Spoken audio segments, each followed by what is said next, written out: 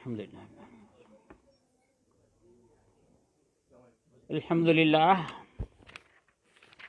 للہ رب العالمین والصلاة والسلام علی سید الانبیاء والمرسلین وعلی آلہ وصحبہ واولیاء امتہ اجمعین، اما بعد.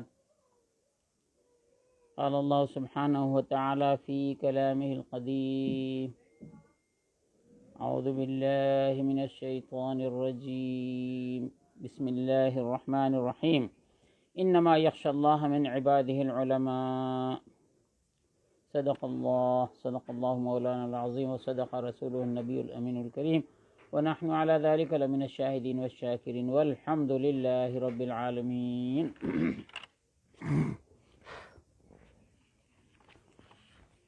برادران اسلام، برادران طریقت، سامعین کرام، آپ سب کی خدمت میں کشف المحجوب شریف کا آج یہ 16واں درس ہے.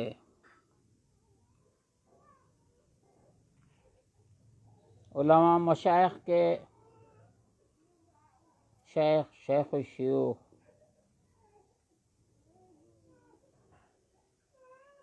ناخسارہ پیر کامل کاملارہ رہنما، جن کے حق میں خواجہ اعظم خواجہ خواجگان خواجہ معین الدین چشتی اجمیری رضی اللہ عنہ نے فرمایا. آج ان کی اس کتاب کا 16واں درس ہم دے رہے ہیں. آپ اندازہ کیجئے کہ آج 16واں درس ہے اور ہم پہلا چیپٹر بھی حضرت کا باب اثبات العلم مکمل نہیں کر سکے. چل رہے ہیں ایک ایک لفظ، ایک ایک عبارت توضیح تشریح کی طالب ہے. عام طور پہ یہ دیکھا گیا ہے کہ تصوف کی جو کتابیں ہیں ان کتابوں کو پڑھانے والے یوں تو آج نہ کے برابر ہو گئے، لیکن جو کچھ ہیں وہ عبارت کے ترجمے سے گزر جاتے ہیں. بعض ترجمے الفاظ کے معنی تک محدود ہو جاتے ہیں، ظاہری لفظی معنی تک محدود ہو جاتے ہیں، بعض کی گہرائی میں جانا پڑتا ہے. بات دراصل یہ ہے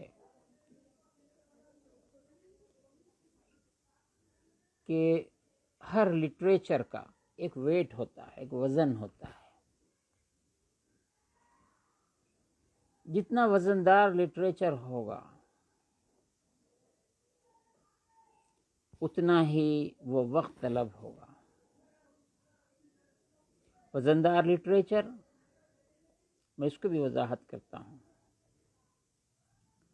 اس بات کو سمجھانے کے لیے ایک اور مثال، جیسے ہمارے پاس آج کل ساری دنیا میں روزنامے، ڈیلی نیوز پیپرز مختلف زبانوں میں ہیں. 15 صفحے کا، 8 صفحے کا، 10 صفحے کا، 16 صفحے کا، 24 صفحے کا نیوز پیپر آپ کے ہاتھ میں آتا ہے. آپ اگر گھنٹہ سوا گھنٹہ بیٹھیں تو آپ پورا پڑھ کے نکل جاتے ہیں. بہت باریک باریک پرنٹنگ ہوتی ہے،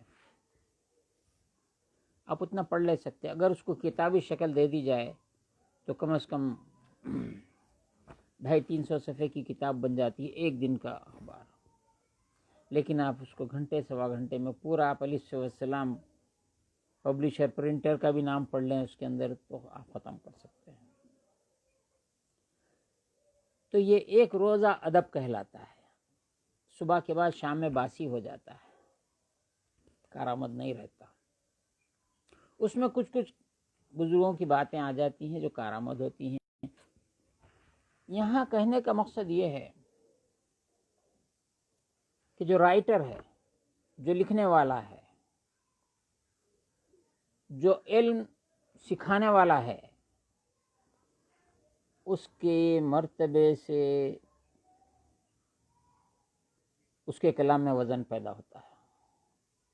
جیسے محاورہ مشہور ہے کلام الملوکی ملوک الکلامی، بادشاہوں کا کلام بھی کلاموں کا بادشاہ ہوتا ہے.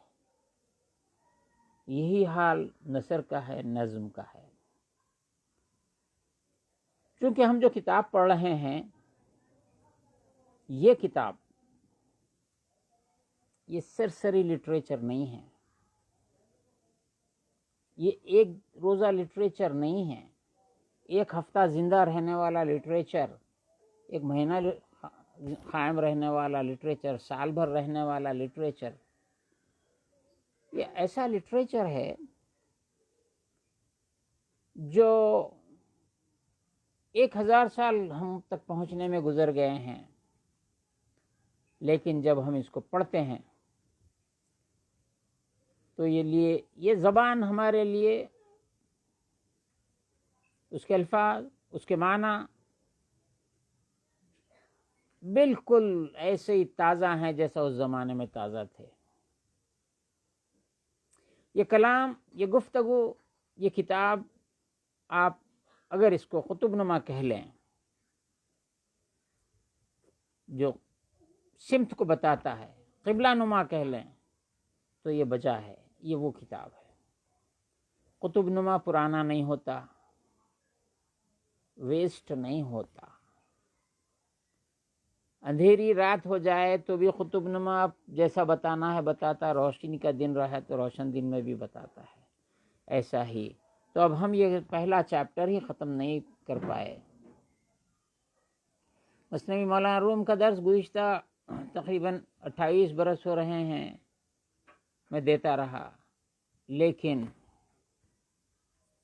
2 جلدوں کو بھی میں پار نہیں کر سکا. درمیان میں مثنوی مولانا روم کا تذکرہ آ گیا ہے تو صرف اتنا عرض کر کے ہم درس کی طرف چلتے ہیں.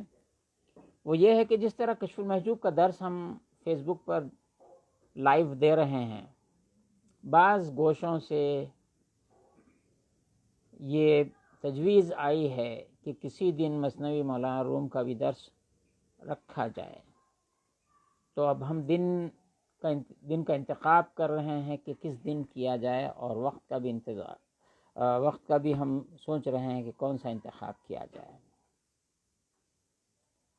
لوگوں کی طرف سے جب یہ مثنوی مولانا روم کی تجویز آئی ہے تو ہمارے دل میں بھی ایک تجویز آئی ہے. وہ یہ ہے کہ آپ جو مدرسہ صوفیہ دیکھ رہے ہیں، مدرسہ صوفیہ کے سلیبس میں صرف 3 کتابیں تھیں. جس طرح ڈاکٹرز کی ہینڈ بک ہوتی ہے ایک چھوٹی سی، لائرز کے پاس ایک ہینڈ بک ہوتی ہے، اس میں تمام کانسٹیٹیوشن آف انڈیا سے لے کے تمام چیزیں ان کو ریڈی ریفرنس مل جاتا ہے چھوٹی سی کتاب میں. وہ گریجویشن کے بعد LLB کر کے، LLM کر کے، ڈاکٹریٹ کر کے وہ چھوٹی سی کتاب اپنے پاس ریفرنس کے طور پہ رکھتے ہیں. ویسے ہی ہمارے پاس ایک hand book of Sufis, hand book of Salik, اس کا نام ہے ہمارے پاس حسن حسین. یہ دعاؤں کی کتاب ہے. حضرت محمد بن محمد الجزری رحمۃ اللہ تعالی علیہ، 6 پشتوں تک محمد ان کا نام ہے، انہوں نے تصنیف کی ہے. یہ ہماری ہینڈ بک ہے. میرے دل میں آیا کہ کیوں نہ ہم حسن حسین کا درس شروع کریں. صرف وہ دعائیں ہیں اس کے اندر جو احادیث میں آئی ہیں. بخاری شریف کا درس عام ہے، مسلم شریف کا ذرا کم ہے، بقیہ دیگر حدیث کی کتابیں مدارس میں پڑھائی جاتی ہیں.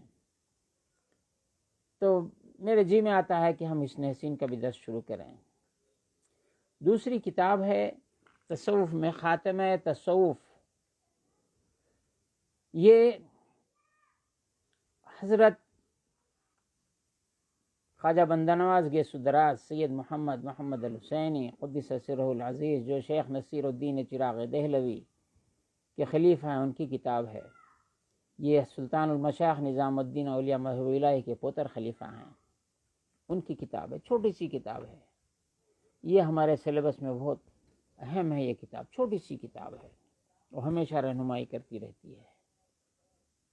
اور ایک تیسری کتاب ہے جو ضخیم ہے، الماری میں ہے. مجھے چونکہ ایسی بات یاد آ گئی میں کہہ رہا ہوں. اس کا نام ہے مرصاد اللباس، شیخ نجم الدین رازی رحمۃ اللہ علیہ کی کتاب ہے۔ یہ تصوف کے پریکٹیکل کی ایسی کتاب ہے کہ اس کے بعد ایسی کتاب نہیں لکھی گئی۔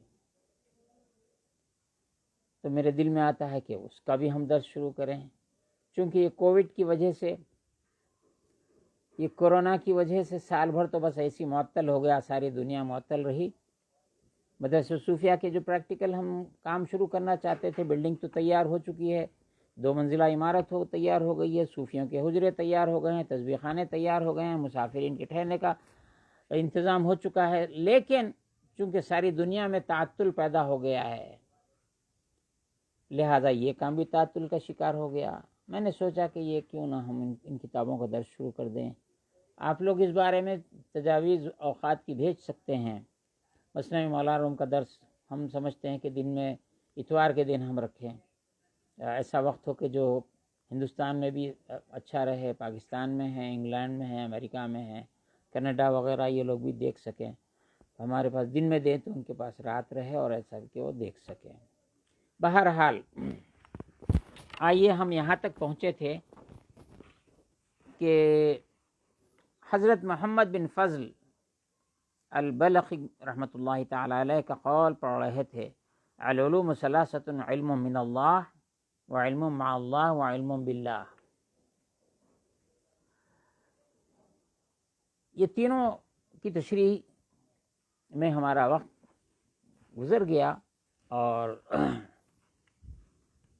ترتیب وار تو اس علم من اللہ، علم مع اللہ، علم باللہ، لیکن حضرت نے داتا گنج بخش رحمۃ اللہ علیہ نے علم باللہ سے اس کی وضاحت شروع فرمائی، اور علم من اللہ کے پر اس کو ختم کیا، اور فرمایا کہ علم باللہ علم معرفت ہے جو انبیاء اور اولیاء کو اللہ تعالیٰ عطا فرماتا ہے اسباب کو توڑ کر، علم کے اسباب ختم فرما دیتا ہے، علم کا سبب رہتا ہی نہیں ہے، نہ کاغذ ہے نہ قلم ہے۔ یہ انبیاء کرام کو، اولیاء اللہ کو یہ اللہ تعالیٰ راست عنایت فرماتا ہے، اور اس کو صوفیہ کے نزدیک علم لدنی بھی کہتے ہیں۔ من لدنا علم، اللہ تعالیٰ نے فرمایا ہم اپنے پاس سے ہم جو عطا کرتے ہیں وہ علم لدنی ہے، من لدنا ہماری جانب سے، ہماری طرف سے، چونکہ اللہ کی ذات کی معرفت، اللہ کے صفات کی معرفت، یہ اس کے درجات الگ الگ ہیں، لیکن بلند ترین جو درجہ ہے وہ علم باللہ، اللہ کو پہچاننا، اس کی معرفت کرنا۔ عرفت بربی بربی کی میں نے مثال دی کہ میں نے رب کو رب سے پہچانا، تو رب کو رب سے پہچانا اس واسطے کہ دنیا میں جو قاعدہ ہے پہچان کا، وہ ضد سے پہچانا جاتا ہے، کالا گورے سے، گورا کالے سے، دن رات سے، رات دن سے، مرد عورت سے، عورت مرد سے، بچہ بوڑھے سے، بڑا جوان سے، ازداد سے پہچانا جاتا ہے، کھٹا میٹھے سے، میٹھا کھٹے سے، لمبا گڈے سے، گڈا لمبے سے، ایسی چونکہ اللہ رب العزت کی کوئی ضد نہیں ہے اور ند یعنی اس کی مثال نہیں ہے، اس لیے ازداد سے نہیں پہچانا جا سکتا ہے اللہ تعالیٰ کو۔ یہ بات میں نے گزشتہ درس میں کہی تھی کہ امام غزالی رحمۃ اللہ تعالی علیہ نے معاف کیجئے حضرت مولانا روم رحمۃ اللہ تعالی علیہ نے انتہا فرمایا کہ اللہ کا کسی کو دیدار آنکھوں سے، ان آنکھوں سے ہو جائے تب بھی وہ اللہ کو نہیں پہچان سکتا، اس واسطے کہ ہماری آنکھیں یہ ادراک کرتی ہیں ضد کے ذریعے سے۔ یہ درس ادراک پر ہی ختم ہونے والا ہے، میں کوشش کروں گا کہ اس کو تکمیل کروں، یا پتہ نہیں کہ اگلے ہفتے پہ جائے گا۔ تو علم باللہ وہ علم ہے جو انبیاء اور اولیاء کو اللہ تعالیٰ عطا فرماتا ہے،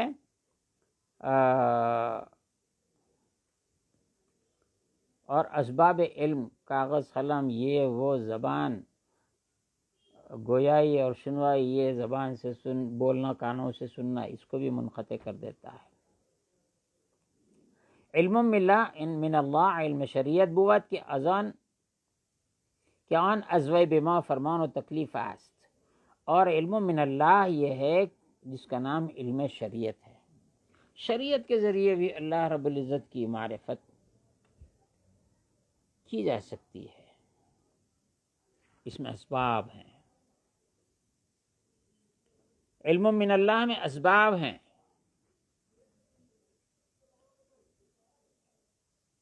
اسباب کس طرح ہیں جو آپ غور کریں؟ اللہ رب العزت نے ہماری یعنی انسانوں کی ہدایت کے لیے 1,24,000 یا اس سے زیادہ 1,40,000، اللہ بہتر اس کی تعداد جانتا ہے، انبیاء اور رسول کو روانہ فرمایا ہماری ہدایت کے لیے۔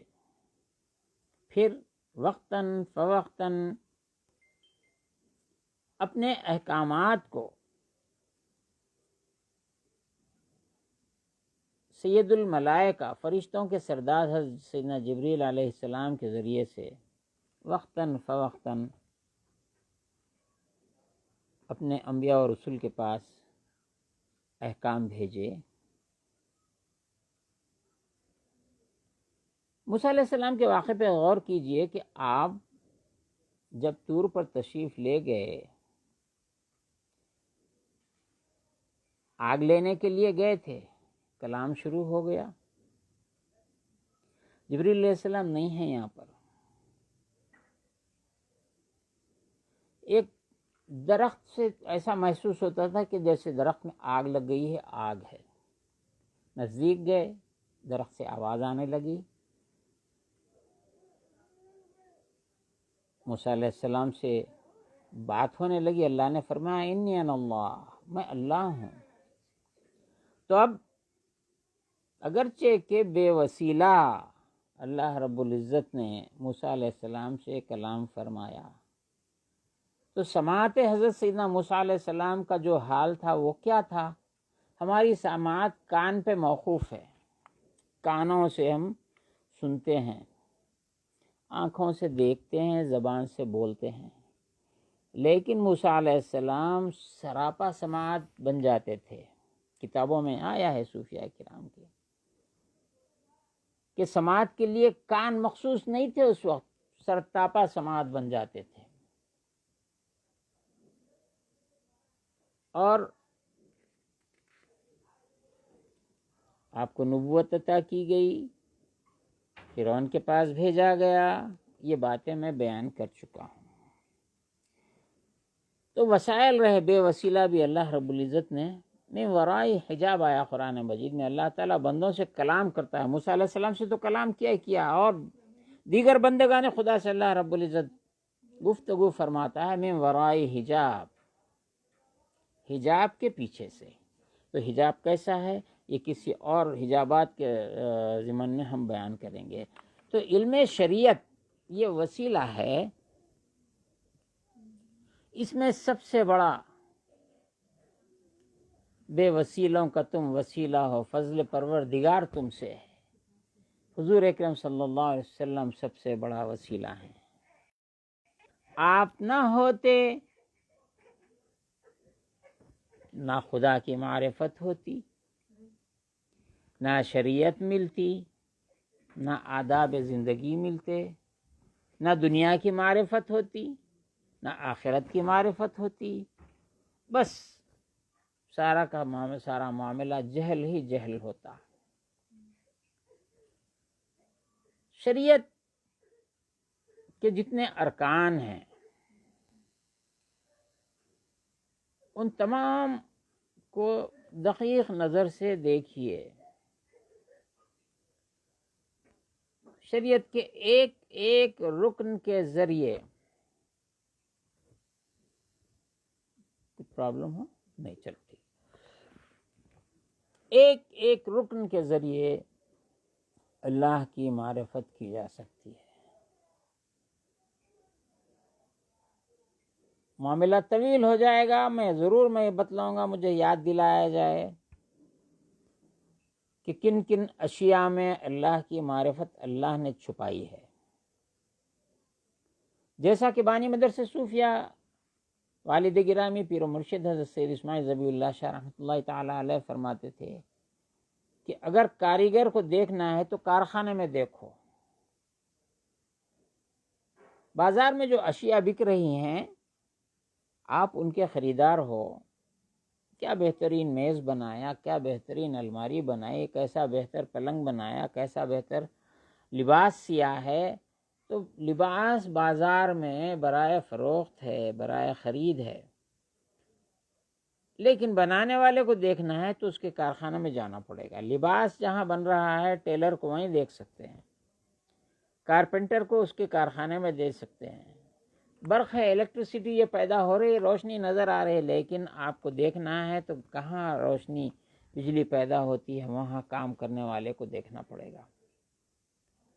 تو یہ کارخانہ قدرت ہے، اللہ رب العزت کی قدرت کا کہ کارخانے کا نام یہ عالم ہے.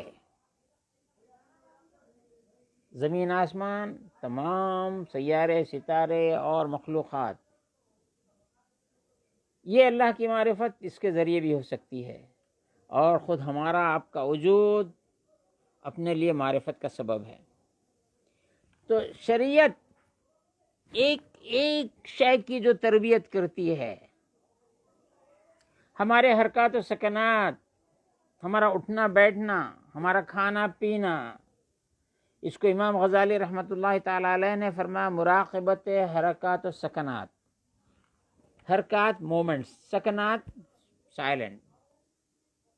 حرکات و سکنات جو کچھ ہیں ان کی نگرانی کرنا، مراقبت مراقبہ.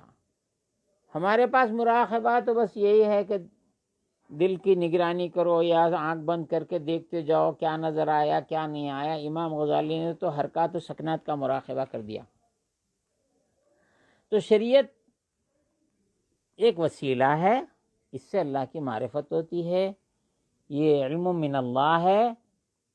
یہ علم من اللہ، یہ جو کتاب ہے جس کو ہم کتاب اللہ کہتے ہیں، اس کی کیا، یہ کتاب کا جو علم ہے، یہ کتاب قرآن مجید آخری کتاب ہے. اب اس کے بعد کوئی کتاب نہیں. حضور صلی اللہ علیہ وسلم آخری نبی، ان کے بعد کوئی نبی نہیں ہے، اور آپ اور ہم آخری امت ہیں، اس کے بعد کوئی امت بھی نہیں ہے. جو علم کتاب اللہ تعالیٰ نے دیا ہے اس کو، اس کے عالم کا کیا مرتبہ ہے، اس مرتبے کو سمجھنے کے لیے اسی کتاب میں ایک تذکرہ آیا ہے سیدنا سلیمان علیہ السلام کا. میں علم من اللہ شریعت کو میں سمجھا رہا ہوں. حضرت سیدنا سلیمان علیہ السلام کے دربار میں ہدہد حاضر نہیں تھا. فرمایا کہاں ہے ہدہد؟ میں اس کو ذبح کروں گا، اس کو شدید سزا دوں گا. ہدہد حاضر ہوا اور ملک سبا کا تذکرہ کیا، کہا کہ ایسا ایسا ملک ہے، ایسا ایسا اس کا عرش ہے، یعنی اس کا تخت ہے، تخت شاہی جس کو کہتے ہیں، ایسا ایسا ہے. عرش عظیم، قرآن مجید نے بہت عظیم اس کا عرش ہے، یعنی اس کا تخت شاہی ہے. سلیمان علیہ السلام کے دربار میں جن حاضر تھے، انسانوں کے علاوہ جن بھی حاضر تھے، اور کتنی مخلوقات، سب اللہ نے ان کو پاس مطیع فرما بردار کر دیا تھا. آپ نے جنوں سے، حاضرین میں سے پوچھا، جنوں سے حاضرین میں سے پوچھا کہ وہ تخت کون لائے گا. قرآن مجید میں ذکر آیا عفریت من الجن، ایک جن اس کا نام عفریت ہے، وہ اٹھا اور کہا، حضرت سیدنا سلیمان علیہ السلام کی خدمت میں عرض کیا کہ آپ اپنی جگہ سے اٹھ کے کھڑے ہونے تک میں تخت حاضر کر دوں گا. یہ جن کی قوت ہے. اسی مجلس میں حضرت سلیمان علیہ السلام کے ایک امتی تھے. حضرت سلیمان علیہ السلام کی امت کے ایک ولی تھے، ان کا نام حضرت آصف ابن برقیہ رضی اللہ تعالی عنہ، انہوں نے عرض کیا سلیمان علیہ السلام کی بارگاہ میں، آپ پلک جھپکنے تک حاضر کر دوں گا۔ پلک جھپکنا کس کو بولتے؟ جگہ سے اٹھ کے کھڑے رہنا کس کو بولتے؟ میں کتنے بار پلک مار دیا نہیں معلوم، آپ کتنے بار پلک مار دیا نہیں معلوم۔ پلک جھپکنا،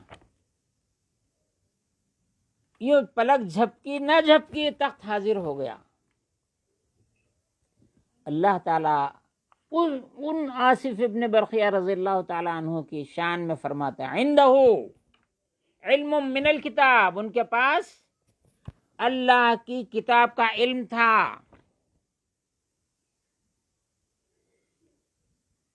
داؤد علیہ السلام پہ زبور اتری تھی، زبور کا علم وہ رکھتے تھے، زبور کا، کتاب کا، ان کی شریعت کا علم رکھتے تھے، تو ان کا یہ مقام تھا جن کی قوت ایسی ہے کہ اٹھنے تک تخت حاضر کر دیں، اور آپ کا یہ معاملہ تھا کہ پلک جھپکنے تک تخت حاضر ہو گیا۔ ایک بات یاد آئی جو اسی پلک جھپکنے تک کا معاملہ ہے۔ میں گزشتہ 2018 میں کراچی پاکستان ایک شادی میں شرکت کے لیے گیا۔ جب ہم واپس ہو رہے تھے، واگا بارڈر سے ہم آئے، تو یہی سرکار کے کی بارگاہ میں ہم رات میں پہنچے۔ واپسی ہماری رات میں 1-1:30 بجے کے قریب ہوئی، 2 بجے کے قریب۔ وہاں مجھے بتلایا گیا کہ ایک جو ہمارے پاس ہے ایک تبلیغی جماعت ہے، جس کو ہندوستان میں، پاکستان میں تبلیغی جماعت کہتے ہیں۔ ایک تبلیغی جماعت لاہور آئی تھی، اور ان کے ساتھ ایک انگریز تھا شامل، انگلینڈ میں رہتا تھا، وہ مسلمان ہو گیا تھا، اور یہ جماعت میں اپنا جا رہا تھا تمام ایک ملک سے دوسرے ملک، یہاں تک کہ وہ پاکستان پہنچے، اس کے بعد لاہور پہنچ گئے۔ جب لاہور پہنچے، داتا دربار کے سامنے جو مین راستہ ہے، روڈ ہے، سڑک ہے، اس پر سے یہ تبلیغی جماعت کا قافلہ گزر رہا تھا۔ اس نو مسلم انگریز نے، اس کا ایک سوال تھا، وہ تبلیغی جماعت والوں سے کہتا تھا کہ سلیمان علیہ السلام کی بارگاہ میں آصف ابن برقیہ تخت کیسا لائے پلک جھپکنے میں، یہ میرے کو سمجھاؤ۔ تبلیغی جماعت والے اس کو اوائڈ کر دیتے تھے، سمجھا نہیں سکتے تھے، تخت لانا تو کجا، سمجھا ہی نہیں سکتے تھے۔ یہ بات ذہن میں رکھیے واقعے کے پیچھے۔ جب داتا دربار کے سامنے سے گزر رہے تھے تو دیکھا کہ ایک ہجوم ہے داتا دربار میں، باہر سڑک پہ ہجوم ہے، راستے تنگ، گج بج لوگ ہیں۔ تو جماعت والوں سے پوچھا کہ یہاں کیا ہے، کیا لوگ کس لیے جمع ہیں، اور یہ کیا ہنگامہ ہے یہاں؟ وہ تبلیغی جماعت والے بیچارے بولے نہیں، وہ سب شرک ہے، وہ وہاں پہ ویسا ہے، وہ فلاں ہے، ایسا ہے، نہ جانے کیا کیا بولتے، خبر پجے بولتے، خبر کی پوجا کرنے والے بولتے، کیا ان کو بولے، کیا بولے۔ بولے کچھ نہیں، چلو یہاں سے چلے جائیں گے۔ وہ لوگ آگے بڑھنے کے لیے بالکل اصرار پہ ہیں، لیکن وہ شخص جو نو مسلم انگریز تھا، وہ کہتا تھا نہیں، میں دیکھتا ہوں جا کے، آپ لوگ کہہ رہے ہیں یہاں شرک ہو رہا ہے، مجھے اتنی خوشبو آ رہی ہے کہ میرا جی چاہتا ہے وہ خوشبو جا کے سنگوں کہاں سے آ رہی ہے۔ بہرحال ہوا یہ کہ وہ شخص گیا، ناخسارہ پیر کاملارہ رہنما بارگاہ میں حاضر ہو گیا۔ دیکھا سب لوگوں کو، اور بہت دیر تک آبزرو کرتا رہا۔ اس کے بعد ایسی نارملی جو آدمی تھک جاتا ہے، ایک جگہ آ کے بیٹھ گیا۔ آزو بازو فقراء بیٹھے ہوئے تھے، غریب لوگ، مسکین لوگ۔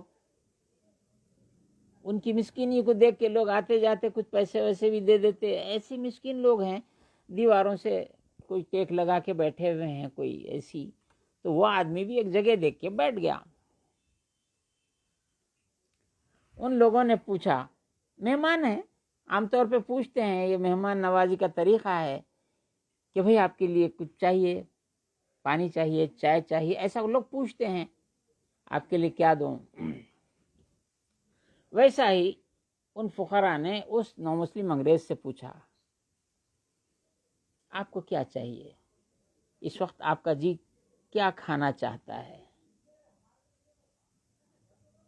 تو بیچارہ سادگی سے بولا اس وقت میرا جی گرم گرم چائے پینا چاہتا ہے. اس نے کہا اور وہ درویش فقراء جن کو جو کسی کی نظر میں نہیں بھرتے، ان کے سامنے گرم گرم چائے کا مطالبہ کیا تو نارمل سی بات ہے کہ کسی کو بلاتے، بہترین گرم چائے باہر سے منگا کے دے دیتے، بات پوری ہو گئی تھی. لیکن جیسا ہی اس نومسلم انگریز نے کہا کہ مجھے میرا جی گرم گرم چائے پینا چاہتا ہے، ایک درویش نے ہاتھ ایسا پیچھے کیا اور ایک پیالی تشتری گرم گرم چائے اس کے سامنے رکھ دیا. جیسا ہی یہ منظر دیکھا وہ نومسلم انگریز بے ہوش ہو گیا. لوگ بڑی مشکلوں سے اس کو ہوش میں لائے، لیکن پھر پیالی تشتری کو دیکھا پھر بے ہوش ہو گیا. پھر اس کو ہوش میں لایا گیا. تبلیغ جماعت والے بھی گھیرے ہوئے تھے. لوگوں نے پوچھا کہ آپ کو ہو کیا گیا ہے، کیوں بے ہوش ہو رہے ہیں؟ تو اس نے کہا کہ میں آپ لوگوں سے سوال کرتا رہا. سلیمان علیہ السلام کی بارگاہ میں جو آصف ابن برقیہ بیٹھے ہوئے تھے، وہ ولی اتنا بڑا تخت، وہ ملک سبا اتنے سینکڑوں میل، اتنا 1000 میل کا فاصلہ، 2000 میل کتنا فاصلہ تھا ملک سبا سے، آج تو آپ نیٹ پہ دیکھ لے سکتے. وہاں سے یہاں تخت کیسا لائے؟ وہ بلڈنگ ہے، پھر اندر سے تخت باہر آنا، دیواریں ہیں اور یہ ہیں اور نکل نہیں سکتا، لیکن سلیمان علیہ السلام کی بات یہ کیسا آ گیا؟ میں آپ لوگوں سے پوچھتا تھا لیکن آپ لوگ نہیں بولتے تھے. یہاں تو میں کچھ بولا ہی نہیں. جانتے ہو یہ پیالی اور تشتری کہاں کی ہے؟ یہ میرے گھر کی، انگلینڈ میں میرا جو گھر ہے، میرے گھر میں جس سے روزانہ جس چائے سے اور پیالی سے میں چائے پیتا ہوں، وہ میرے گھر کی پیالی ہے، یہ میرے گھر کی تشتری ہے. میں تو ان لوگوں سے، فقیروں سے پوچھا بھی نہیں، انہوں نے جواب دے دیا. یہ اللہ والے ہیں. یہ علم من الکتاب ہے، یہ علم شریعت ہے. شریعت میں ایسا لکھا ہوا ہے کیا؟ ہاں لکھا ہوا ہے، شریعت میں ایسا لکھا ہوا ہے. یہ کسی مولوی کی، میں مولوی کا قول نہیں بیان کر رہا ہوں، یہ اللہ کا قول ہے. عنده علم من الکتاب. آج دعوے داری کس چیز کی دعوے داری ہے؟ علم کتاب کے دعوے دار. علم کتاب کتنے مدرسوں میں پڑھایا جا رہا ہے؟ دیکھو دنیا میں کیا حشر کر کے رکھ دیا تم نے. درس ادھر کا ادھر کہیں دوسری رخ اختیار نہ کر لے. اندر سے تم ہمارے دشمن ہو، باہر سے کفار مشرکین یہود نصارہ ہمارے دشمن ہیں. اندر سے تم ہماری مسجدوں پہ قبضہ کرتے ہو، باہر سے وہ حملہ کرتے ہیں. عالمی طاقتیں تم کو کل تک آنکھیں دکھا رہے تھے، آپ راستے کے چلنے والے، چھوٹے موٹے گلیوں میں پھرنے والے جانور آپ کو جو ہے آنکھیں بتا رہے ہیں. صوفیہ کی اتنی تکذیب آپ نے کی، صوفیہ کی کیا، اولیاء اللہ کی تکذیب کی، یہاں تک کہ بڑھتے بڑھتے انبیاء کی توہین آپ نے کی. آپ کی کتابوں میں سب لکھا ہوا ہے. اس سے توبہ کرنا ضروری ہے. تو فرماتے ہیں علم من اللہ، علم شریعت بود کہ آن از وی بیمار فرمان و تکلیف است. وہ علم شریعت میں اللہ کی طرف سے ہم پر جو فرامین ہیں اس پر عمل کرنا ہمیں ضروری ہے. اور دوسرا علم مع اللہ، علم مقامات ہیں، مقامات کا علم ہے. تو 3 مقام میں نے گنایا تھا.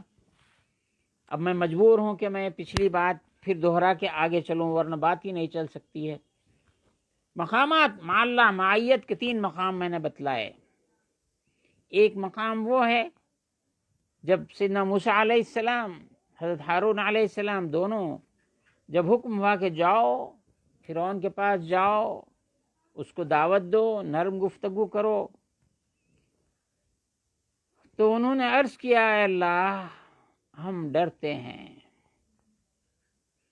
کہیں فرعون ہم پہ زیادتی نہ کرے، تو اللہ نے فرمایا اننی معکما اسمع و ارا، میں تمہارے ساتھ ہوں۔ یہ اللہ فرما رہا میں تمہارے ساتھ ہوں، یہ ماں، یہ مقام ہے، ان انبیاء کا مقام ہے۔ کیا فرما رہے ہیں؟ علم مع اللہ، علم مقامات و طریق حق وہ بیان درجات اولیاء بود، یہ اولیاء کے درجات کا بیان ہے۔ آپ کہیں گے آپ یہ اولیاء لکھا جاتا، انہوں تو نبی تھے نا، ہر نبی ولی ہوتا ہے، ہر نبی ولی ہوتا ہے، لیکن ہر ولی نبی نہیں ہوتا ہے۔ تو یہ درجات اولیاء۔ اب سلیمان، حضرت موسیٰ علیہ السلام اور ہارون علیہ السلام نے خوف، اللہ ہم کو ڈر ہو رہا کہیں ہمارے اوپر زیادتی نہ کرے، تو اللہ نے فرمایا میں تمہارے ساتھ ہوں، تم دونوں کے ساتھ ہوں، میں سن بھی رہا ہوں دیکھ بھی رہا ہوں، جاؤ۔ ایک معیت ہے، یہ درجہ ہے موسیٰ علیہ السلام کا، ہارون علیہ السلام کا، کہ اللہ فرما رہا میں تمہارے ساتھ ہوں۔ غار ثور میں ہیں، حضور صلی اللہ علیہ وسلم ہجرت فرما رہے ہیں، غار ثور میں ہیں، وہاں پر دشمن آپ کے پیچھے پڑے ہوئے ہیں۔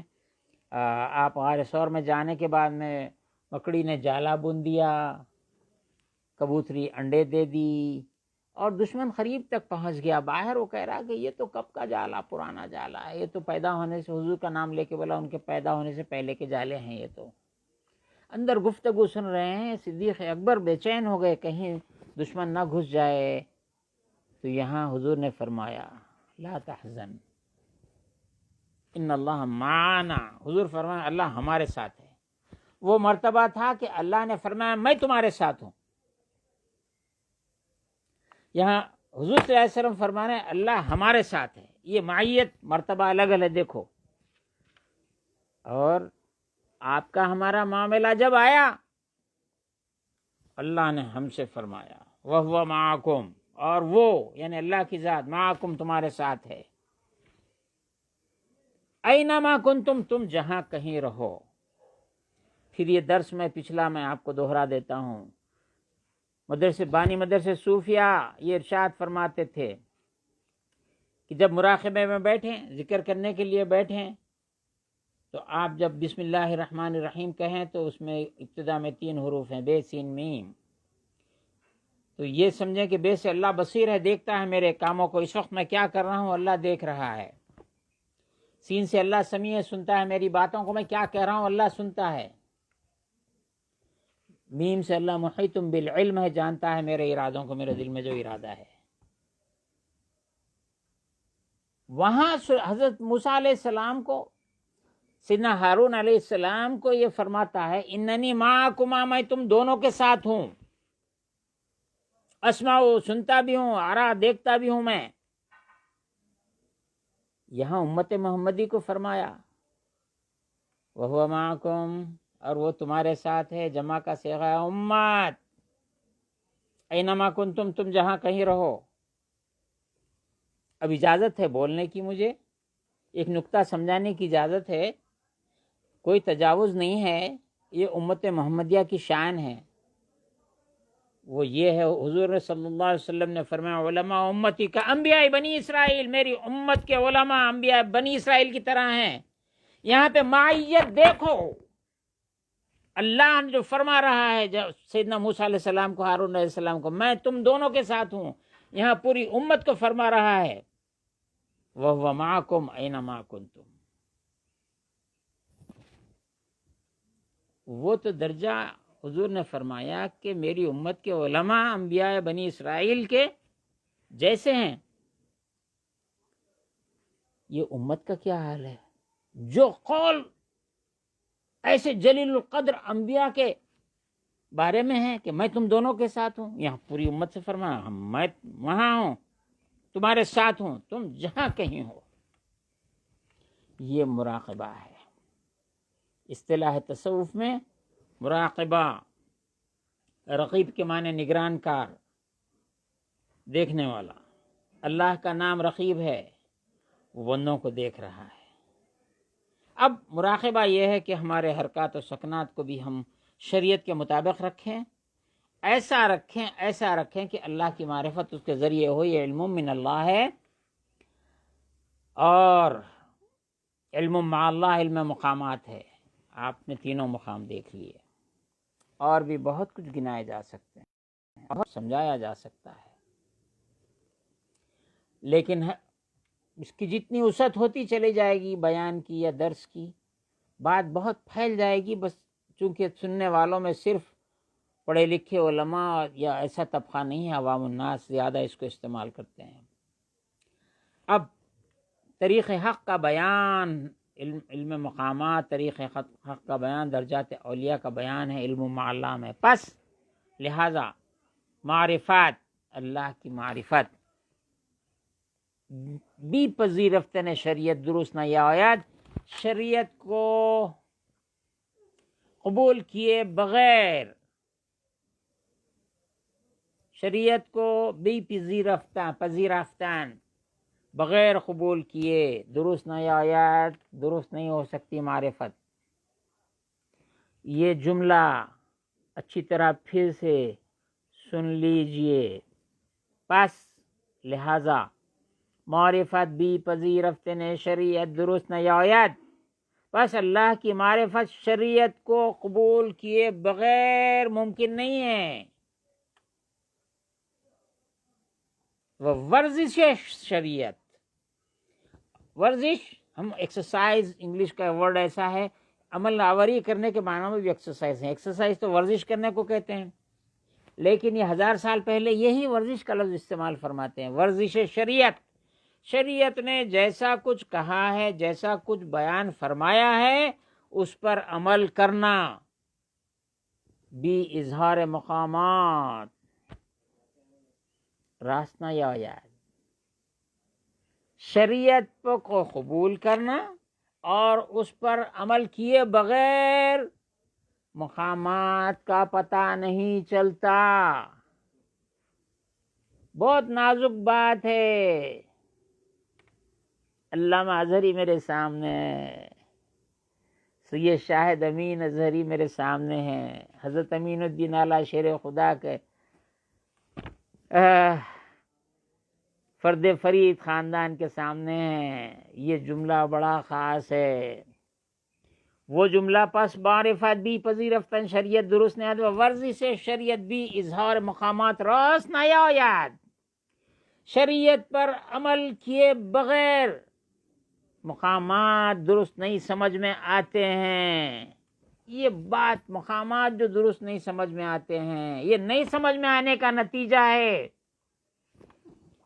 آج گزشتہ 100-125 سالوں میں ہندوستان، انڈین سب کانٹیننٹ میں اور عرب میں 200 سال، ابن عبد الوہاب نجدی عرب میں، ہندوستان میں قاسم نانوتوی، رشید احمد گنگوہی، اشرف علی تھانوی، انہوں نے من جملہ ان کے ایک نے کہا، سا اٹھا کے بولا کہ محمد سے میرا افضل میرے ہاتھ میں کا ڈنڈا ہے، اس سے سانپ کو مار سکتا ہوں۔ تجھے پتہ ہی نہیں چلا شریعت پر، تو نے وہ عمل ہی نہیں کیا، اس لیے درجات کو انبیاء کے نہیں سمجھ سکا۔ قاسم نانوتوی نے کہہ دیا کہ آپ کے بعد کوئی نبی آ جائے تو آپ کی خاتمیت میں فرق نہیں پڑتا ہے۔ کہیں کہہ دیا، یہ کیا ہو گیا؟ بند کرو اس کو، میرا ہی فون ٹیلی فون ہے۔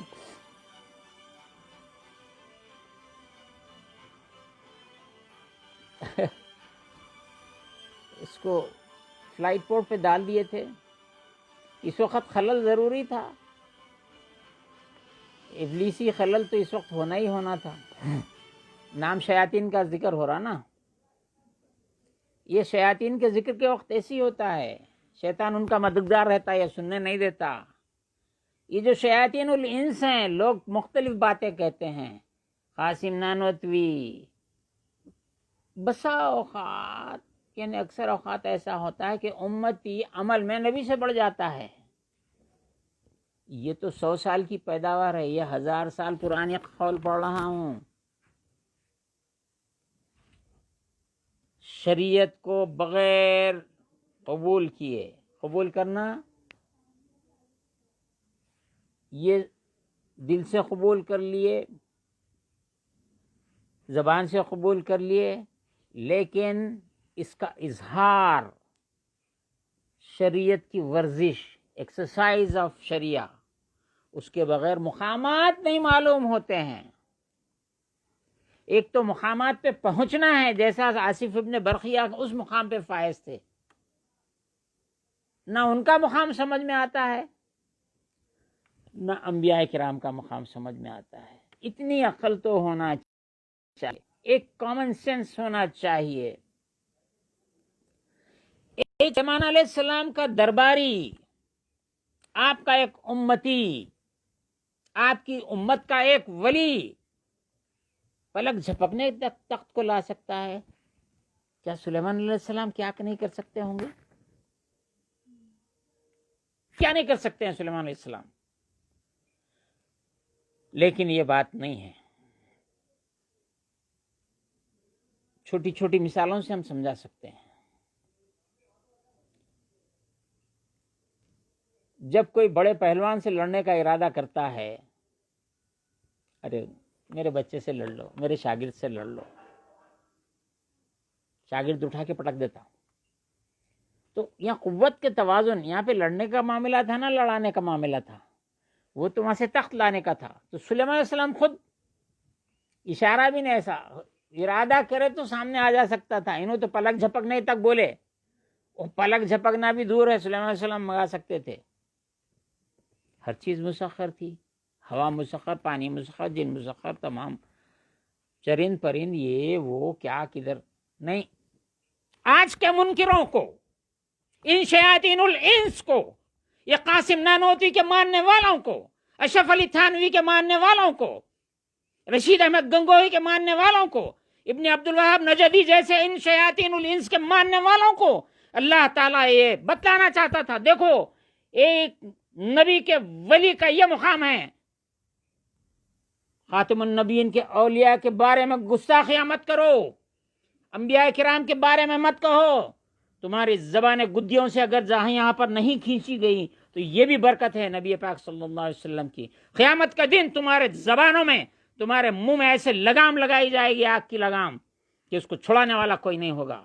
ابھی بھی ماننے والوں توبہ کرو، یہ قاسم نانوتوی تو مر گیا، رشید احمد مر گیا، اشرف علی مر گیا، اور کتنے ایسے شیاطین ہیں وہ تو مر چکے ہیں، زندہ لوگوں، ان کے ماننے والے توبہ کرو، اولیاء کی شان میں گستاخیاں مت کرو، ورنہ ان کے مقامات ہی سمجھ میں نہیں آئیں گے۔ بات کرتے لونڈے، جماعت اسلامی کے لونڈے کالجز میں، ہم بھی تو پڑھ کے نکلے کالج سے، بولتے نہیں وہ سب ہمارے جیسے ہی تھے، ہمارے جیسے ہی تھے، حضور صلی اللہ علیہ وسلم کے بارے میں بھی وہ ہمارے جیسے ہی تھے، آیتیں پڑھ کے سناتے، ہم دوسری آیت پڑھتے، نہیں وہ ذرا دیکھنا پڑتا، کیوں تم بولے تو ہم سننا، ہم بولے تو تم کیا دیکھتے، تم کو توفیق نہیں ہوتی۔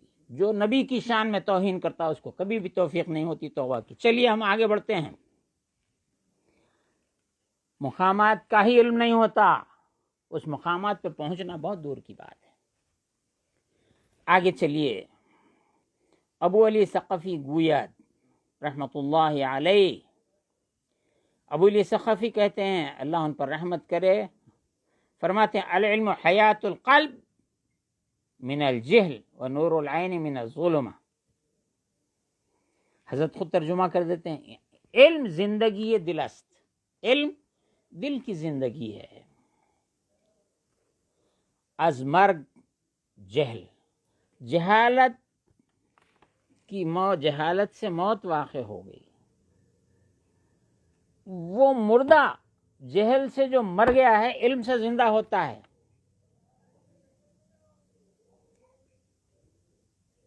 آگے اسی کی وہ نور چشم یقین است، اور یقین کی آنکھ کا نور ہے، علم یقین کی آنکھ کا نور ہے، از ظلمت کفر، کفر کی ظلمت سے، کفر کی اندھیریوں کے مقابلے میں یقین کی آنکھ کا نور ہے۔ ہر کرا علم معرفت نیست، جس کسی کو معرفت کا علم نہیں ہے، اللہ کو پہچاننے کا علم نہیں ہے، علم باللہ کی جو بات ہے وہ نہیں ہے، وہ تو ہو ہی نہیں سکتا۔ لیکن اتنا تو جان جاؤ کہ بے وسیلہ اللہ نے ان کو تعلیم فرمائی، الرحمن علم القرآن وعلمک ما لم تکن تعلم، یہ سب آیتیں ہیں۔ اب جس کو شریعت کے ذریعے سے اللہ کی معرفت نہیں ملی ہے، دلش اس کا دل بے جہل مرد است، جہالت کی وجہ سے مردہ ہے۔ دیکھیے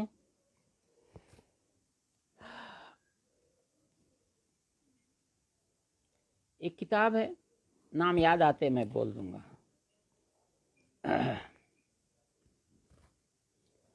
دعاؤں اورات کی کتاب ہے، اس میں لکھا ہے کہ حدیث حضور پاک صلی اللہ علیہ وسلم کی حدیث ہے کہ جو اللہ تعالیٰ کا ذکر کرتا ہے وہ زندہ ہے، جو ذکر نہیں کرتا ہے وہ مردہ ہے۔ اس کی مثال ایسی ہی ہے جیسے کوئی ویران گھر ہے۔ فرماتے ہیں کہ جو لوگ، اب یہاں سے تشریحاً فرما رہے ہیں، جو لوگ اللہ کا ذکر کرتے ہیں وہ زندہ ہیں، جو نہیں کرتے ہیں وہ مردہ ہیں۔ یہاں کافروں کو بھی مردہ کہا گیا ہے، اور فرماتے ہیں کہ جن کے دل مردہ ہیں، اے حبیب آپ جو قبروں میں ان کو نہیں سنا سکتے ہیں سے مراد کیا ہے وہ یہاں پہ سمجھنے کی کوشش کیجئے۔ فرماتے ہیں کہ جن کے دل مردہ ہو چکے ہیں، کافر، مشرک وغیرہ وغیرہ، فرماتے ہیں کہ ان کا دل مردہ ہے اور ان کا جسم ان کی خبر ہے، وہ چلتی پھرتی خبریں ہیں جن میں ان کے مردے دفن ہیں، وہ دل مردہ ہیں۔ جو اللہ کا ذکر کرتے ہیں وہ دل زندہ ہیں۔ آپ اپنا محاسبہ کر لیجئے۔ فرماتے ہیں ہر کے جو کوئی، ہر کرا جس کسی کو علم شریعت نہیں، شریعت کا علم نہیں ہے، دلش اس کا دل بے نادانی بیمار است، نادانی سے بیمار ہے۔ دیکھیے جب مومن کی بات آتی ہے تو بیمار کہہ رہے ہیں، بیمار کو شفا کی امید ہوتی ہے۔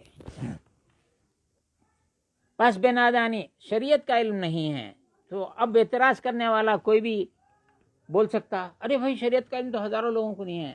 ارے بے وقوف، ارے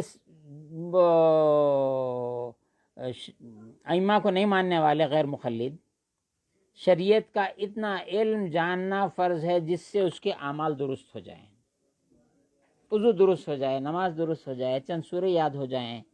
بس بھائی الحمدللہ پڑھ رہے ہیں وہاں نماز میں، معلوم کیا پڑھ رہے نہیں معلوم، پھر کئی کی نماز ہے، پہلے تو نماز کو چھڑا رہا، اس کے بعد میں ابوالعلا مودودی کا ترجمے سے پڑھنا کہیں تو بھی کسی فقہ کی کتاب میں آیا 1400 سال میں؟ بتاؤ، گمراہ سے گمراہ فرقے والے سے پوچھو کہ قرآن مجید نماز میں سمجھ کے پڑھنا واجب ہے، ورنہ کسی کی نماز ہی نہیں ہوں گی آج۔ اس طرح وسوسے ڈالتے ہیں۔ بہرحال ہر کرا علم شریعت نیز، دلش بے نادانی بیمارس، اس کا دل نادانی سے بیمار ہے، پاس لہذا دل کفار مردے باشد، کافروں کا دل مردہ ہے کہ بے خداوند تعالی جاہلان، کہ وہ اللہ سے جاہل ہیں، اللہ کو نہیں پہچانتے ہیں۔ وہ دل اہل غفلت بیمار باشد، اہل غفلت کا دل بیمار ہوتا ہے۔ جو شریعت پر عمل کرنے سے سست ہیں، کاہل ہیں، وہ بیمار ہیں۔ کہ بے فرمان ہے وہی جاہلان، کہ اللہ رب العزت کے فرمان سے وہ نابلد ہیں۔ جاہل سے مراد نابلد ہیں، نہیں جانتے ہیں۔ فارسی میں بلد مانے جاننا، پوچھتے اگر فارسی بلدی، یعنی جناب آپ کو فارسی آتی ہے؟ بلے بلد ہستا۔ آیا اردو بلدی، آپ کو اردو زبان آتی؟ بلے بلد ہستا۔ انگلیسی بلد ہستی؟ کیا انگلش آتی ہے آپ کو؟ نہ بابا نہ، من انگلش بلد نہیں استا، بلد تو نہ بلد نہیں جاننا، بلد جاننا۔ یہاں پر جو فرما رہے ہیں کہ اے کفار کے دل مردہ ہیں، اللہ کو نہیں جانتے ہیں، جاہل ہیں، دل اہل غفلت بیمار باشد کہ بے فرمان ہے وہی جاہلن، کہ اللہ کے فرامین سے وہ جاہل ہیں۔ نماز پڑھ لی ہے نا، ہو گیا، نماز پڑھ لی ہے، ختم۔ آج یہی نعرہ ہے، کیا ہے نماز پڑھے بعد کیا ہے؟ کیا ہے ٹوپی پہن کے پڑھنا کہاں لکھا ہوا ہے؟ تو یہ رخصت طلب کرنے والے لوگ ہیں، اس سے بھی رخصت طلب کرنا، چھوٹ طلب کرنا۔ آگے ذکر آ رہا ہے، میں کیا کروں، یہیں بات 2 لائن تک ہی پہنچی، ہماری آگے بات بڑھ رہی نہیں، لگ سمجھانا ضروری ہے۔ میں کتاب کا ٹرانسلیشن کر کے گزر گیا تو لیو 25 ٹرانسلیشن ایچ رکھے ہوئے میں دے دیتا ہوں آپ کو، لے کے انگلش کے بھی دیتا ہوں، اردو کے دیتا ہوں، فرینچ جرمن سب کے دے دیتا ہوں، کشف میں جو پڑھ لو۔ قرآن مجید کے ترجمے بانٹتے پھر رہے ہیں، کچھ بھی ہونے والا نہیں ہے، تمہارے ترجموں سے گمراہ ہو گئے۔ ہندوستان میں تو ترجمے بانٹ کے پورے ہندو آرگنائزیشنز کو تم پورے باغی بنا کے چھوڑ دیے، جبکہ پورے جو اولیاء اللہ کے پاس وہ جھکنے والے لوگوں کو تم لے جا کے مسلمانوں کو کٹانے کے واسطے کھڑا کر دیے۔ تمہاری جماعتیں ہیں یہ سب کرنے والے، تمہارے کارنامے ہیں یہ تو تمہارا کمال ہے۔ تو یہاں پر یہی ہے کہ کیا ہے بھائی، وہ گھٹنے کے نیچے تک کپڑے رہے تو بس ہے، ختم۔ چلو 3/4 پہن کے حرم شریف میں گھس جانے پہ تلے ہوئے ہیں۔ ارے کئی کورے نہیں، نماز نہیں ہوتی کیا؟ 3/4 پہن تو ہو گیا نا، گھٹنے کے نیچے ہے نا پینٹ، سر پر ٹوپی رہی تو کیا ہوتا ہے؟ نماز نہیں ہوتی کیا؟ ٹی شرٹ رہا تو کیا نماز نہیں ہوتی کیا؟ ارے اس کا نام رخصت ہے، اجازت ہے، ان حالات میں جہاں پر آپ کے پاس اور کچھ ہے ہی نہیں، اس کے سوا چارہ نہیں ہے، لیکن وہ لباس کا اختیار کرنا جو سنت ہے، وہ لباس کا اختیار کرنا جو اہل بیت رسول اللہ نے، اصحاب رسول اللہ نے جن کو اختیار کیا، ائمہ مجتہدین نے فرمایا، ان کی رضامندی کے مطابق لباس پہننا، یہ ہے اصل کمال، تقویٰ ہے۔ تم اللہ سے ہی نہیں ڈر رہے، 3/4 پہن کے چلے جا رہے ہیں، تم کیا ہوتا؟ گھٹنے سے نیچے ہے نا، کیا ہونے کا ہے؟ گھٹنے سے نیچے ہے نا، کیا ہونے کا ہے؟ گدھے پنے کی بات ہے۔ اب میں بولا، بری بات تو اچھی بات نہیں ہوتی، کون سی بھی، کیسے مثالیں دے رہے ہیں بولیں گے کوئی بھی۔ میرے بڑے ماموں تھے سید مظفر علی صاحب، اب ایسے لوگوں کو سمجھاتے تھے، آئے چلو جماعت میں چلو، جماعت میں چلو، نہیں اس کی بھی رخصت ہے، اس کی نہیں میں نہیں آتا بابا، میں میرے کو یہ کہا نہیں آپ چلیے، ہم آپ کو دیتے، پھر گھنٹہ بھر سمجھایا، نہیں سمجھاتا، بولتے ارے گدھے دیکھ وہاں پہ پاخانہ ہے، دیکھ تیرے کو رکابی میں بریانی دے کے تو پاخانے پہ رکابی رکھ، پاخانہ تو رکابی میں تیری نہیں گھس رہا، کھا لے، تیرے کیا ہوتا؟ کھا سکتا؟ کیسے باتیں کر رہے ہیں بڑا حضرت، آپ کو کیا ہو گیا؟ ارے رکابی میں تیرے پاخانہ نہیں گھسا نا، کھا لینا، کیوں نہیں کھاتا؟ کراہیت ہوتی کئی ہوتی، کراہیت رکابی میں تو نہیں گھسا نا۔ ان کو اس سے بدتر مثالیں بھی دیے تو ان لوگ پھر راہ راست پہ نہیں آتے، ایسی ہے بھائی، یہ سنیاں ایسی کرتے، وہ صوفیاں ایسی کرتے، تم ضد پہ اڑے ہوئے رہتے، تم کو دلائل چاہے 1000 دلائل دے دو، پھر جاہلوں سے جا کے پوچھتے ہیں۔ خیر چلیے، تو جاہلوں کفر جو ہے وہ جہل ہے، اور مردہ ہیں ان کے دل جو شریعت نہیں جانتے ہیں، نادانی کی وجہ سے۔ نادانی یعنی نہ جاننا، دانستان مانے جاننا، نادانستان نہیں جاننا، نہیں جاننے کی وجہ سے بیمار ہے۔ بس کیا ہو گیا؟ بے فرمان ہے وہی جہاں، فرامین نہیں جانتے ہیں۔ جو مسلمان عمل نہیں کرتے ہیں وہ اللہ کے فرامین کو نہیں جانتے، اللہ کو جانتے ہیں۔ رسول اللہ کے فرمانے کے بعد ایمان لا لیے ہیں، لیکن فرامین سے ناواقف ہیں۔ واقف بھی ہیں تو سستی کاہلی شیطان کی وجہ سے ہے، اور ایک صرف توبہ کر دینے سے، لفظ معمولی زبان سے ان کا معذرت چاہتا ہوں، معمولی نہیں ہوتا، لفظ توبہ زبان پہ ہلکا ہے، اس واسطے ہلکا سا لفظ بولنے سے اللہ تعالیٰ سب مٹا دیتا ہے۔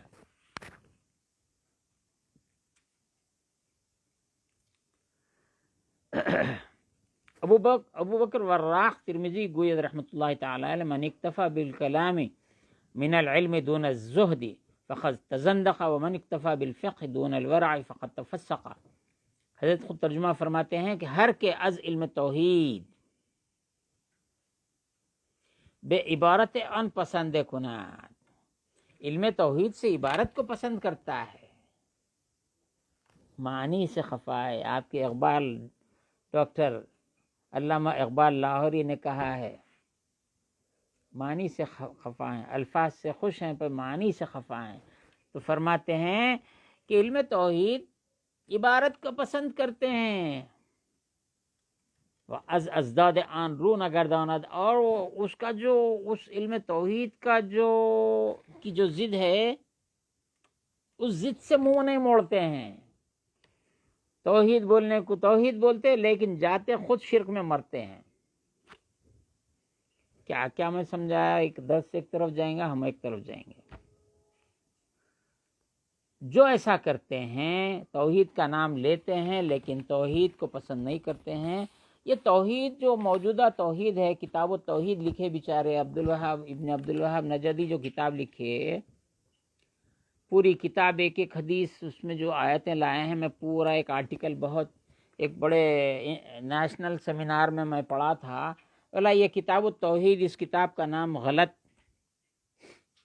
اس میں جو احادیث لائی گئی ہیں وہ شرک سے متعلق ہیں، اور دیگر ہیں وہ شرک ہے، یہ شرک ہے، وہ شرک ہے، توحید کا تو مسئلہ ہی بیان نہیں کیے۔ اور جو توحید کی جو آیت ہے، اصل صوفیہ جو کہتے ہیں، افرأیت من اتخذ الہہ ہوا، اے حبیب کیا آپ نے نہیں دیکھا اس شخص کو جس نے اپنے خواہشات نفس کو الہ بنا لیا؟ نفس کی خواہشات کو الہ بنانا یہ شرک ہے۔ صوفیہ کے نزدیک خواہشات نفس کی نفی کرنا، خواہشات نفس کا قتل کرنا، یہ توحید ہے۔ تم خواہشات نفس کی پرورش کرنا، یہ تمہاری توحید ہے۔ نیو ڈیفینیشن آف توحید ابن عبد الوہاب نجدی نے دیا، جو گزشتہ ابن عبد الوہاب سے پہلے 1200 سال میں کسی نے توحید کو ایسا ڈیفائن نہیں کیا تھا۔ یہ نیا ڈیفینیشن ہے۔ سارے مسلمانوں کو کافر قرار دے دیا، کسی کو مشرک قرار دے دیا، حرمین شریفین میں تمام قتل غارت گری مچا دیا، اور جو بھی خلافت جیسی بھی چل رہی تھی حضور کے زمانے سے، اس کو توڑ دیا۔ کتنے کنٹریز بنا دیے، چھوٹے چھوٹے ٹکڑے کر دیے۔ آج کیا ہو گیا؟ جنہوں نے توڑ دیا اور چھوٹے چھوٹے مملکتیں بنا کے دے دیے، انہی کے دست نگر ہیں، انہی کی چوکھٹ پہ جبہہ سائی کرتے ہیں، پیشانیاں رگڑتے ہیں۔ ارے انہیں جیت کے ایسا ذرا ٹائم نہیں ملا، بلینز آف ڈالرز دے رہے ہیں، لے لیجیے نذرانہ۔ بیچارہ غریب 1 روپیہ مرید کو اپنے پیر کو نذرانہ دیا تو انہیں مشرک ہو گیا۔ مسٹر ایم بی ایس بول رہے ہیں آج کل لوگ، ہمیں نام میں کہ ایم بی ایس لے آ کے جو ہے نا نئے پریزیڈنٹ آف امریکہ کو کتنے کی $بلین دے دیے۔ بھائی یہ کون سا نذرانہ ہے رے بھائی؟ یہ کون سا خراج عقیدت ہے؟ کون سا خراج عقیدت؟ تو مشرک نہیں ہوا؟ غریب ایک پہلے تو روپیہ 1 روپیہ، ہم تو بچپن میں یہی دیکھے، کوئی نذرانہ دیا تو والد صاحب قبلہ کو 1 روپیہ دیتا تھا۔ 10 روپے دینے والے تو بہت کم نظر آتے تھے۔ آج کا زمانہ ہے، چلو مرید پیر کو دیا تو مشرک ہو گیا، تو امریکہ کے صدر کو دیا تو کون ہوا؟ مشرکوں کا سردار ہوا۔ کس کا سردار؟ میرے کو نہیں معلوم، پوچھ رہا ہوں، سوال کر رہا ہوں، میں بنانے بول رہا ہوں، میں سوال کر رہا ہوں۔ چلو آگے چلتے ہیں۔ ایسا کرے گا تو زندیق ہو جائے گا۔ وہ ہر کے بے علم شریعت و فقہ بی ورع پسند کنت، جو کوئی شریعت کو، بہت خاص جملہ میں درس ختم کر دیتا ہوں یہاں پہ، جو کوئی شخص شریعت کا علم بغیر فقہ کے اختیار کرے، کیسا اختیار؟ بی ورع، بغیر ورع کے ایسی فقہ کو قبول کرے، شریعت کو قبول کرے جس میں ورع نہ ہو،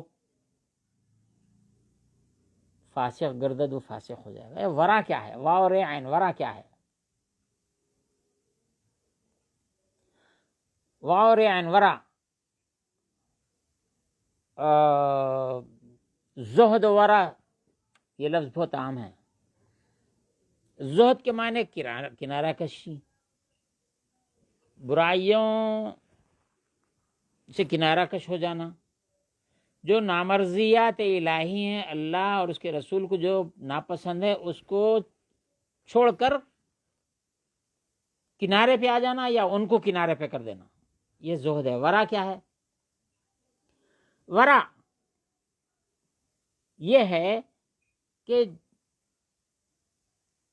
ایسی چیزیں جن کے استعمال کی آپ کو اجازت ہے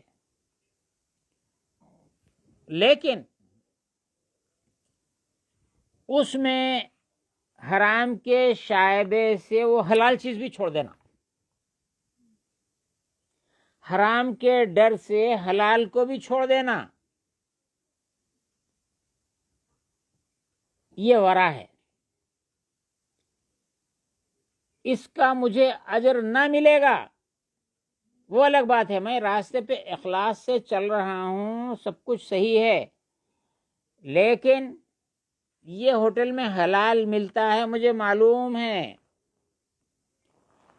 فلاں جگہ حلال ہے یہ مجھے معلوم ہے، لیکن بازار میں ذبیحہ گوشت آتا ہے یہ معلوم ہے، لیکن چونکہ مرغ کا گوشت مسلمان بھی بیچتے ہیں غیر مسلم بھی بیچتے ہیں، بکرے کا گوشت مسلمان بھی بیچتے ہیں غیر مسلم بھی بیچتے ہیں، اس خوف سے گوشت نہ کھائیں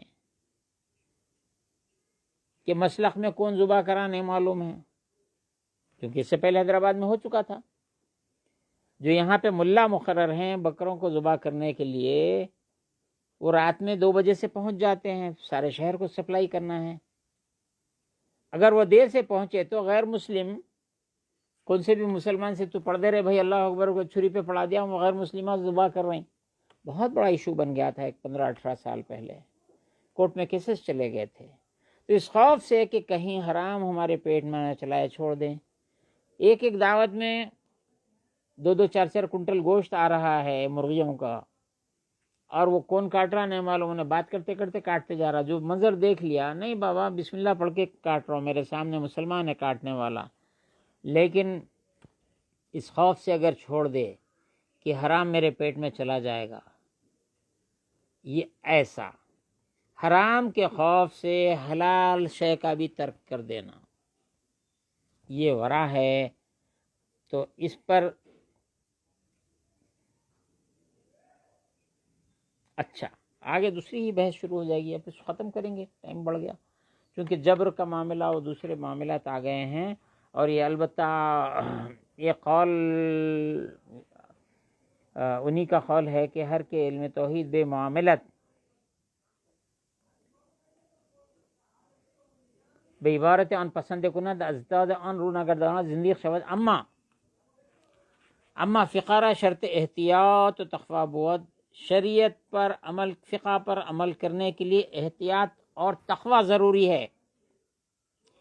ہر کے بے علم فقہ شریعت بھی ورا، بغیر ورا کے پسند کند، بغیر ورا کے ابھی جو میں نے بتلایا اس کو پسند کرے، اس کی فطرت بتا رہے ہیں۔ بے رخص و تعویلات، رخصتوں اور تعویلات میں تعلق شبہات مشغول گردد، مشتبہ چیزوں کے استعمال میں پڑ جاتا ہے، بدون مذہب، فائنل ورڈکٹ، بدون مذہب، بغیر مذہب کے، یعنی مذہب شافعی، مذہب حنفی، مذہب مالکی، مذہب حنبلی، بغیر مذہب کے، بغیر امام کے، گرد مجتہدوں کے اطراف گھومتا ہے۔ ابو العلا مودودی صاحب کیا نئی بات بولے بھائی، کیا نئی بات بولے بھائی، پورے انڈین سب کانٹیننٹ کو ٹیررسٹ بنا کے چھوڑ دیے، افغانستان لہو لہان، پاکستان لہو لہان، ہندوستان لہو لہان، حضرت ابو العلا مودودی صاحب قبلہ کا کارنامہ، پوروں کو ٹیررسٹ بنا کے چھوڑ دیے، کتاباں پورے رکھے ہوئے، 1-1.5 گھنٹے کے صرف لیکچر کے 1992 میں ایک لیکچر دیا ابو العلا مودودی صاحب، تو ان کی جماعت اسلامی عیسائیوں کا حقیقت کے آئینے میں تعارف، 110 چھوٹی بڑی کتابیں مودودی صاحب کی خرید کے بتایا کیسا کیسا اللہ پہ کیسا الزام، رسول اللہ پہ کیسا، کسی یہودی اور مشرک نے رسول اللہ صلی اللہ علیہ وسلم پہ ایسے الزامات نہیں رکھے جو ابوالعلا مودودی نے رکھے. دیکھو کتابیں اٹھا کے. لوگوں کو توفیق نہیں ہو. اب تو سمجھ رہے ہیں آپ نہیں مسلمان ہیں, ابھی انہوں جو ہے لیڈر بنے ہوئے ہیں دنیا کمانے کے واسطے. تو شبہات میں مشغول ہو جاتا ہے اور گرد مجتہدان گردد مجتہدوں کے اطراف گھومنے لگتا ہے. مر آسانی راہ سوائے آسانی کے. یہ ٹوٹلی آپ کہیں بھی دیکھ سکتے ہیں. ہندوستان میں دیکھ لو, حرم شریف میں تو خیر ان کو آزادی ہے, ننگے سر تو کیا ایسا اکڑ اکڑ کے جیسا پہلوان ہے نماز پڑھ رہے یوں کرتے. ارے نماز اللہ کے سامنے ٹھہرا تو ایکسرسائز کر رہا. ایسا کیا کرتے اللہ کو معلوم. تو کیا کہہ رہے ہیں, آسانی کے لیے مجتہدوں کے اطراف گھومتے ہیں, ائمہ کی تقلید اختیار نہیں کرتے. یہ آج کا جملہ نہیں ہے, اچھا دیکھ لو. یہ نسخہ میں جو پڑھ رہا ہوں یہ نسخہ کس کا ہے؟ یہ قدیم ازرو قدیم ترین نسخے کے بے قلم خواجہ بہاؤالدین زکریا ملتانی رحمۃ اللہ تعالی علیہ. یہ جو نسخہ ہے بلیک اینڈ وائٹ میں اچھا دکھ سکتا ہے. دیکھو یہ کشف المحجوب کا نسخہ حضرت خواجہ بہاؤالدین زکریا ملتانی رحمۃ اللہ علیہ تعالی علیہ کے دست مبارک سے جو نسخہ تھا اس نسخے سے یہ کاپی کی گئی ہے. یہ ان کے ہاتھ کا نسخہ نہیں ہے. کیا فرماتے ہیں؟ جو امام کو چھوڑ کر مذہب کو چھوڑ کر مجتہدوں کے اطراف گھومتا ہے بے فسق اندر افتد, یہ فسق میں پڑ جاتا ہے. فاسق کی کتنی قسمیں ہیں ہم گنائیں تو پھر مشکل ہوگی, وہ ایک الگ ہی لیکچر دینا پڑے گا. اللہ تعالیٰ سے دعا ہے کہ اللہ تعالیٰ ایسے لوگوں سے محفوظ رکھے اور ہم کو علم شریعت فقہ اس میں تقوی زہد و ورع ہم کو عنایت فرمائیں. آج بہت مشکل دور ہے جس میں لیٹسٹ جو فتنہ چل رہا ہے وہ ویکسین کا فتنہ ہے. اس وقت کورونا ویکسین. ارے بابا کورونا ویکسین کون آپ بنانے والے ہیں کہ ساری دنیا کا ٹھیکہ آپ کے ایلوپیتھی کو دیتے, دوسرے میڈیسنس نہیں ہیں. ساری دنیا گالیاں دے رہی ہے, ساری دنیا بول رہی کہ پورے جنریشنز کو آگے خراب کرنے والے ہیں اس ویکسین کے ذریعے سے. اس سے پہلے 100 سال پہلے ایسا ہوا تھا, پورے جنریشنز آنے والے خراب ہو گئے. آپ یہ لوگوں کا کردار ویسا ہے. آپ دعا کیجئے, آپ دعا پڑھیے اور لا الہ الا اللہ حجاب بینی و بین کل سلطان ظالمین. کہاں ہے دعا دیو میرے کو, یہاں پہ ہے تو دیو. میں اس دعا پہ آج گفتگو ختم کرتا ہوں. ایک دعا ایک ذکر ہے, آپ حضرات اس ذکر کو اختیار کیجئے. ہر نماز کے بعد صحیح 1 مرتبہ صحیح اس کو پڑھیے. 10 مرتبہ پڑھ لیں بہت بہتر ہے. نہیں تو میں اس میں سے بھی نکال کے میں ابھی دیتا ہوں. قرآن مجید ہے نا یہاں پہ. ہاں ادھر سے دہراؤ نا جی, آپ بولو.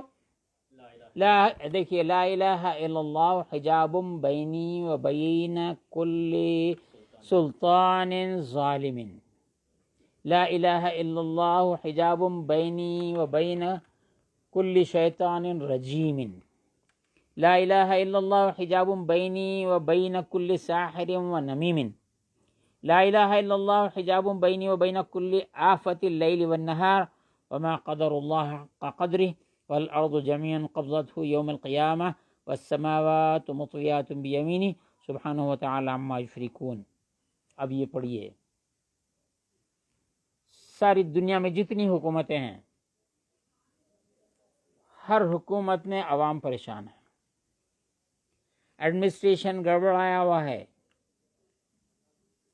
اپنے گھر کی برائیوں کو چھپانے کے واسطے بازو کے گھر میں حملہ کر رہے ہیں,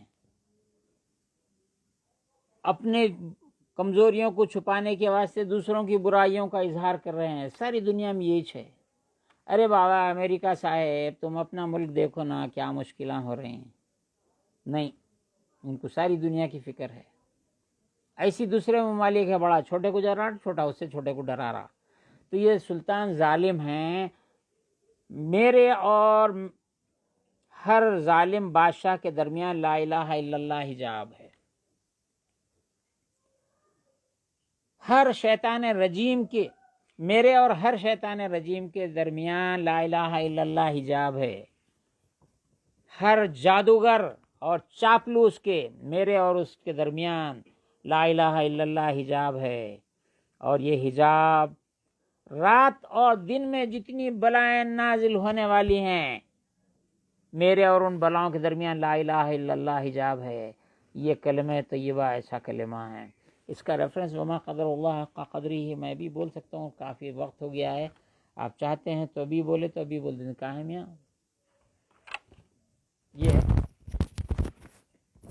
یہ آیت کا ریفرنس بول دیے تو لوگ ذرا قرآن تلاش کر لیتے.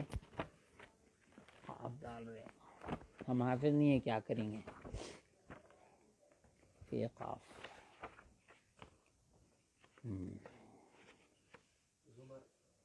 ہاں آیت نمبر میں بھی دیکھ لیتا نا ذرا.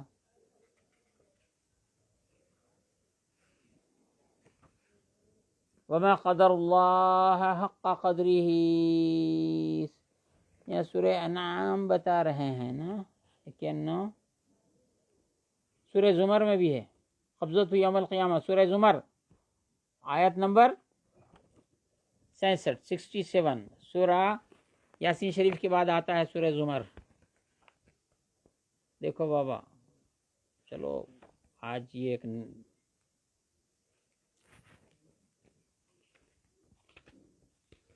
یاسین شریف کا صافات کے بعد ہے نا زمر. ہاں صاد ہے 39 37 صاد کے بعد ہے. یاسین شریف کے 2 سوروں کے بعد ہے. آیت نمبر کیا ہے؟ 91.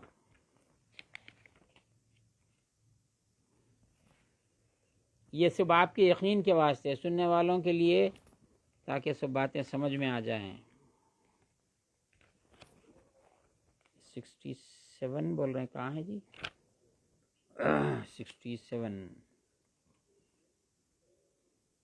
بسم اللہ الرحمن الرحیم. وما قدر اللہ حق قدرہ والارض جميعا قبضته یوم القیامة والسماوات مطویات بیمینہ سبحانہ وتعالی عما یشرکون. دیکھیے پارہ نمبر 24. آپ جب بھی ذکر کریں یہ پڑھیے، رات میں سونے سے پہلے پڑھیے، دن میں پڑھیے، گھر سے نکلنے سے پہلے پڑھیے، کہ ہر ظالم، چاہے چھوٹا ظالم رہو، بڑا ظالم رہو، حاکم رہو، دنیا کے ہر ملک کے عوام کو اپنے ہر ملک کے صدر سے شکایت ہے، وہاں کے حکمرانوں سے شکایت ہے، لوکل لیڈروں سے شکایت ہے، لوکل ایڈمنسٹریشن سے شکایت ہے. آپ دعا کیجئے. انہوں اپنی عادت نہیں چھوڑتے، آپ دعا کرنے کی عادت مت چھوڑیے. اللہ تعالیٰ حجاب بنا دے گا.